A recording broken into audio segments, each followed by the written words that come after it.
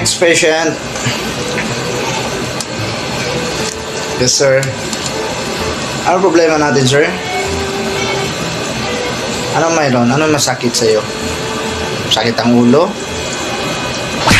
Morning, Doc. Masakit ang ulo ko, Doc. Tapos bakas ako nagpakita dugo. Nagpa-check ako ng dugo ko, Doc. Kapatan over pito na Doc ang dugo ko daw, sabi ni ma'am. Ha? Wala ka na ng dugo kung gano'n. Kapatan over pito na lang. Ay, inay. Mayroon pa ba isang, Doc?